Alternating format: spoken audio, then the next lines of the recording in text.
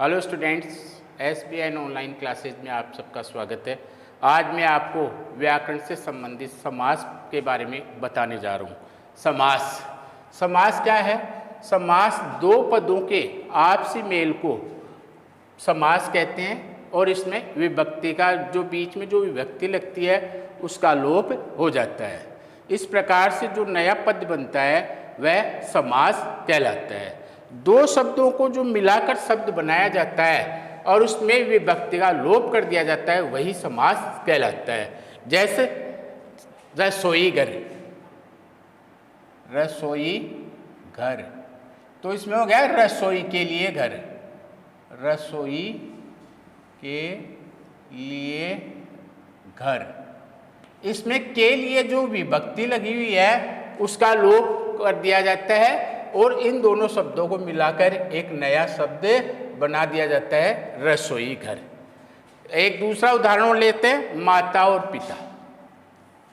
माता और पिता, माता पिता, तो इसमें जो ये पॉइंट ये जो लगा रखा है डैश का निशान, तो इसका अर्थ हो जाता है माता और पिता। इस प्रकार से जो ये और की जो विभक्ति दी हुई है वो उसका लोप हो जाता है। इस प्रकार जो दो शब्दों के आपसी मेल को समास कहते हैं और उसमें विभक्ति का लोप हो जाता है। समास को हम 6 भागों में बांट सकते हैं। प्रकार, इसको हम 6 भागों में बांट सकते हैं। पहला है कर्मधारय, यह सबसे पहले आ रहा है आपके अव्ययी भाग, अव्ययी भाग समास। अव्ययी भाग समास में क्या होता है कि इसका पहला पद अव्यय होता है, पहला पद अव्यय होता है, अव्यय होता है। इसमें पहला पद अव्यय होता है। जैसे यथाशक्ति, उदाहरण लेते हैं इसका, यथाशक्ति। यथाशक्ति का मतलब है शक्ति के अनुसार, अपनी शक्ति के अनुसार जो किया जाता है वही यथाशक्ति होता है। शक्ति के अनुसार, शक्ति के अनुसार, शक्ति के अनुसार हो गया यथाशक्ति। जैसे यथाशीघ्र, दूसरा उदाहरण लेते हैं यथाशीघ्र, यथाशीघ्र, यथाशीघ्र यानी जितना जल्दी हो सके, जितना शीघ्र हो, जितना शीघ्र हो, जितना शीघ्र हो, यानी जितना शीघ्र हो वहां यथाशीघ्र हो गया। इसमें जो विभक्ति दी हुई होती है उसका लोप कर दिया जाता है, दोनों को मिलाकर एक नया शब्द बना दिया जाता है और वही समास कहलाता है। इस प्रकार से अपन दूसरा जो है ले रहे हैं तत्पुरुष। दूसरा है तत्पुरुष समास, तत्पुरुष समास। तत्पुरुष समास से मतलब होता है कि इसमें दूसरा पद प्रधान होता है। इस समास में दूसरा पद प्रधान होता है, प्रधान होता है। कहने का भाव यह है कि जैसे इसमें पहला पद न होकर दूसरा पद जहां प्रधान हो वहां तत्पुरुष समास कहलाता है। जैसे इसके उदाहरण देखो, हस्तलिखित, हस्तलिखित यानी लिखा हुआ। कैसे लिखा हुआ? हाथ से, हाथ से लिखा हुआ, हाथ से लिखा हुआ, यानी हाथ से लिखा हुआ क्या होगा? हस्तलिखित। ऐसे ही होता है। दूसरा लेते हैं हवन सामग्री, हवन सामग्री, हवन के लिए सामग्री, हवन के लिए सामग्री। तो यहाँ जो के शब्द है वो क्या हो जाएगा? लोप हो जाएगा, या जो विभक्ति है वो लोप हो जाती है और नया शब्द बन गया हवन सामग्री, यानी हवन के लिए सामग्री। इस प्रकार तत्पुरुष में दूसरा पद जो प्रधान होता है और दूसरे पद से ही पहले पद का कोई सही अर्थ निकाला जाता है, तो वहां तत्पुरुष समास हो जाता है। ऐसे इसका एक और उदाहरण देते हैं, धर्म विमुख। धर्म विमुख, धर्म से विमुख, धर्म से विमुख, धर्म से विमुख। तो वो क्या हो गया, धर्म से विमुख यानी दूर, जो धर्म से दूर रहता है उसको बोलते हैं धर्म विमुख। तो यह से विभक्ति का इसमें लोप हो गया है, इसलिए नया शब्द बना धर्म विमुख। तो इस प्रकार के जो शब्द दिए होते हैं जिसमें विभक्तियों का लोप हो जाता है, कर्ता ने कर्म को करण से संप्रदान के लिए अपादान से अलग संबंध में का, के, की, इस प्रकार की जो बीच की विभक्तियां को लोप हो जाता है वे तत्पुरुष समास के उदाहरण होते हैं।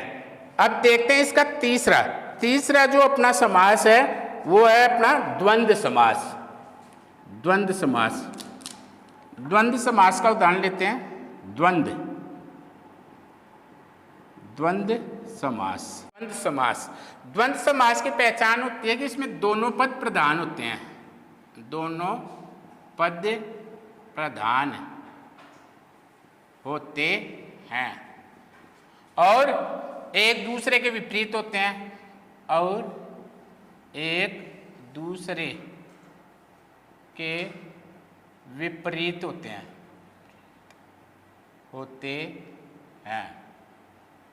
जैसे उदाहरण देते हैं इसका, जैसे माता और पिता, माता और पिता,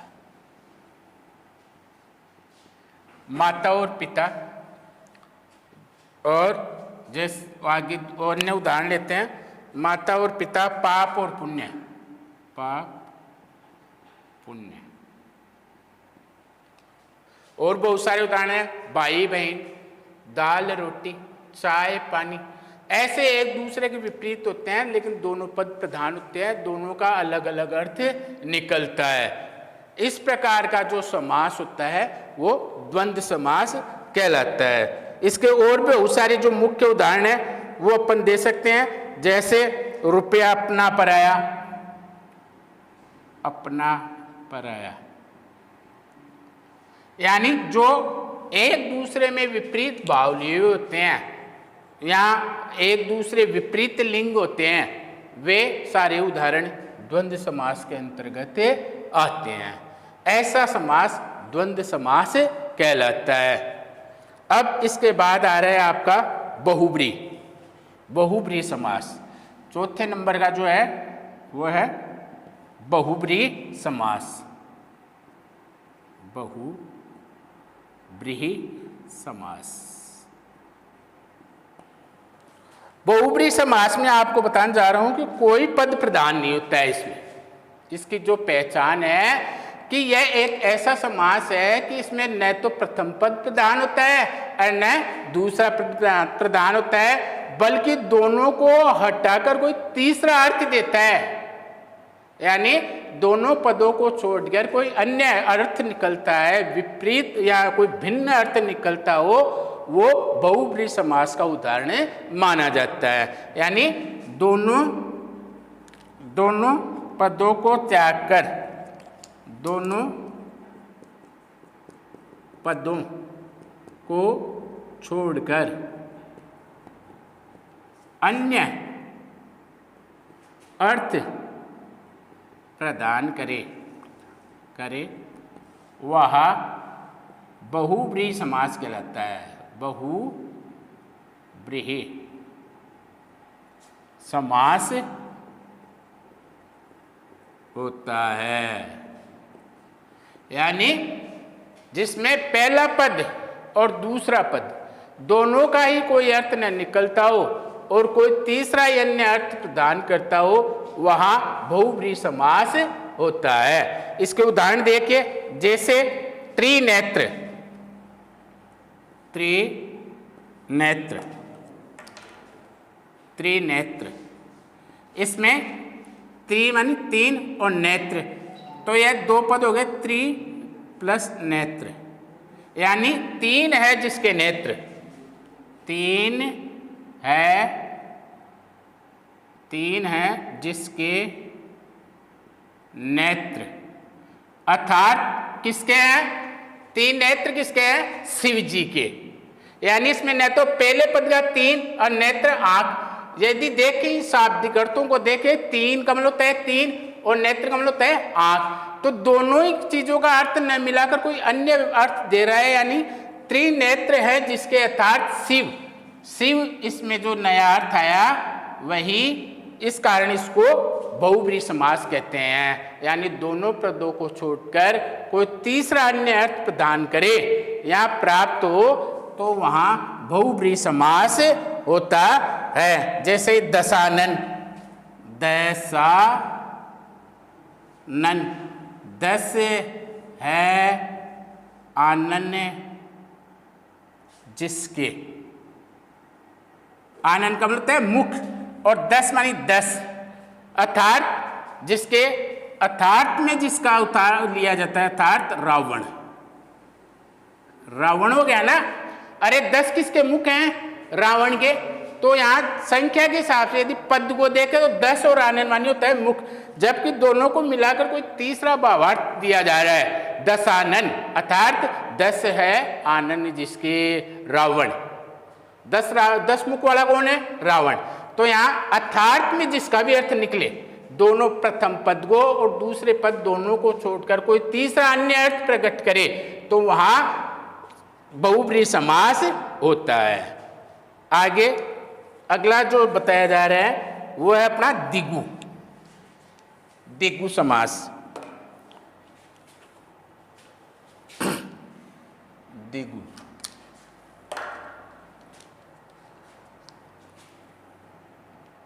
द्विगु समास, एक बार समास का है वो है द्विगु समास। द्विगु समास में क्या होता है? द्विगु, द्विगु समास, द्विगु समास में क्या होता है? पहला पद होता है वो संख्यावाची होता है, पहला पद संख्यावाची होता है, संख्यावाची होता है ना। इसमें पहला पद संख्यावाची होता है, जैसे पंचवटी, पंचवटी, चौराहा, सप्तऋषि, सप्तऋषि, है ना। अब जैसे पंचवटी में क्या होता है? पंच का मतलब होता है 5, 5 वटों का समूह है, 5 वटों का समूह है। चौराहे का मतलब होता है 4 रास्ते जहां मिलते हैं, 4 रास्तों के मिलने का स्थान, मिलने का स्थान। और सप्तऋषि में क्या होता है? 7 ऋषियों का समूह, 7 ऋषियों का समूह है। यानी पहला पद संख्यावाची होता है और इसमें समूह का बोध किया जाता है, कई संख्याओं को मिलाकर जो ग्रुप बनाया जाता है, संख्याओं का जो ग्रुप बनता है वहाँ समूह को जो बोध करवाते हैं उसमें द्विगु समास आता है, और उसका पहला पद जो है संख्यावाची होता है। जैसे पंच का 5, चौ का मतलब 4 और सप्त का मतलब 7। इस प्रकार का जो संख्यावाचक पद होता है वहाँ द्विगु समास होता है, और उसमें समूह का बोध होता है, समाहार जिसको कहते हैं, समाहार, समाहार या समूह। कई संख्याएं मिलकर एक समूह ग्रुप बनाती है तो वहाँ द्विगु समास होता है। इसके बाद आ रहा है आपका कर्मधारय समास, आखिरी है कर्मधारय समास, कर्मधारय समास। कर्मधारय में क्या होता है कि इसका पहला पद विशेषण होता है, पहला पद विशेषण, और दूसरा पद विशेष्य होता है, विशेष्य होता है। विशेषण का मतलब है संज्ञा और सर्वनाम की विशेषता बताने वाला, संज्ञा और सर्वनाम, सर्वनाम की विशेषता बताने वाला होता है, बताने वाला होता है। जो संज्ञा और सर्वनाम की विशेषता बताए वो विशेषण कहलाता है, और इसमें पहला पद किस पिच से जो आगे की संज्ञा और सर्वनाम की विशेषता बताता है। जो शब्द दिया हुआ होता है ना, जो शब्द दिया होता है उसकी विशेषता बताता है। जैसे पुरुषोत्तम, उदाहरण लेते हैं, पुरुषोत्तम,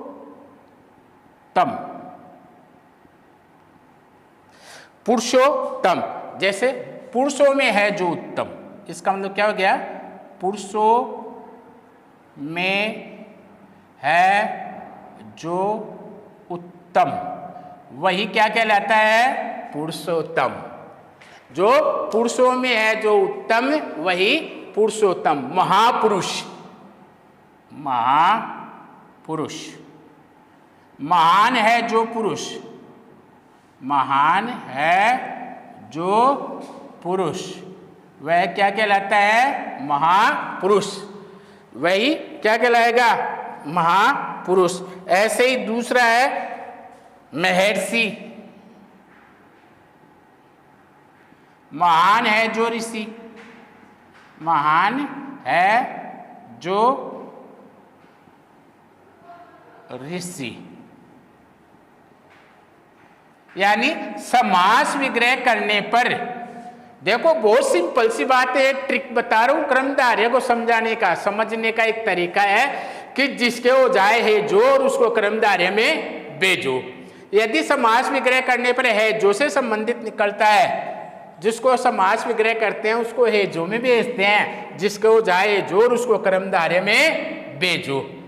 सीधा सा ट्रिक है कि उसका विग्रह करो, समास विग्रह करो, उसको खोलो, खोलने से आपको जो है जो से संबंधित आ जाएगा, वही क्या है, क्रमधारय समास कहलाता है। जैसे एक और लेते हैं अपन नराधम, नराधम, नरों में है जो अधम, नराधम, नरों में है जो अधम, अधम का मतलब है नीच, नीच, अर्थात इसमें वो ये जो आ रहा है, तो भावार्थ यह है कि समास विग्रह करने पर जो संज्ञा और सर्वनाम की विशेषता बताता है कि यानी नरों में जो अधम है, नरों में कौन है, अधम है, यानी नीच है, यानी मनुष्य में जो नीच है उसको अधम कहा जाता है। महान है जो ऋषि उसको महर्षि कहते हैं, महान है जो पुरुष महापुरुष कहलाता है, पुरुषों में है जो उत्तम वह पुरुषोत्तम कहलाता है। इस प्रकार जो से इसका विग्रह करो, और वो जो संज्ञा और सर्वनाम की विशेषता बताता है, ये संज्ञा और सर्वनाम की स्पष्ट विशेषता बता रहा है, उस हिसाब से यह आपका कर्मधारय समास हो गया। इस प्रकार से आपने समझा होगा कि समास दो शब्दों के मेल को कहते हैं और उसमें विभक्ति का लोप हो जाता है। समास 6 प्रकार के होते हैं। आज के लिए इतना ही, आप सबको धन्यवाद। लो जी।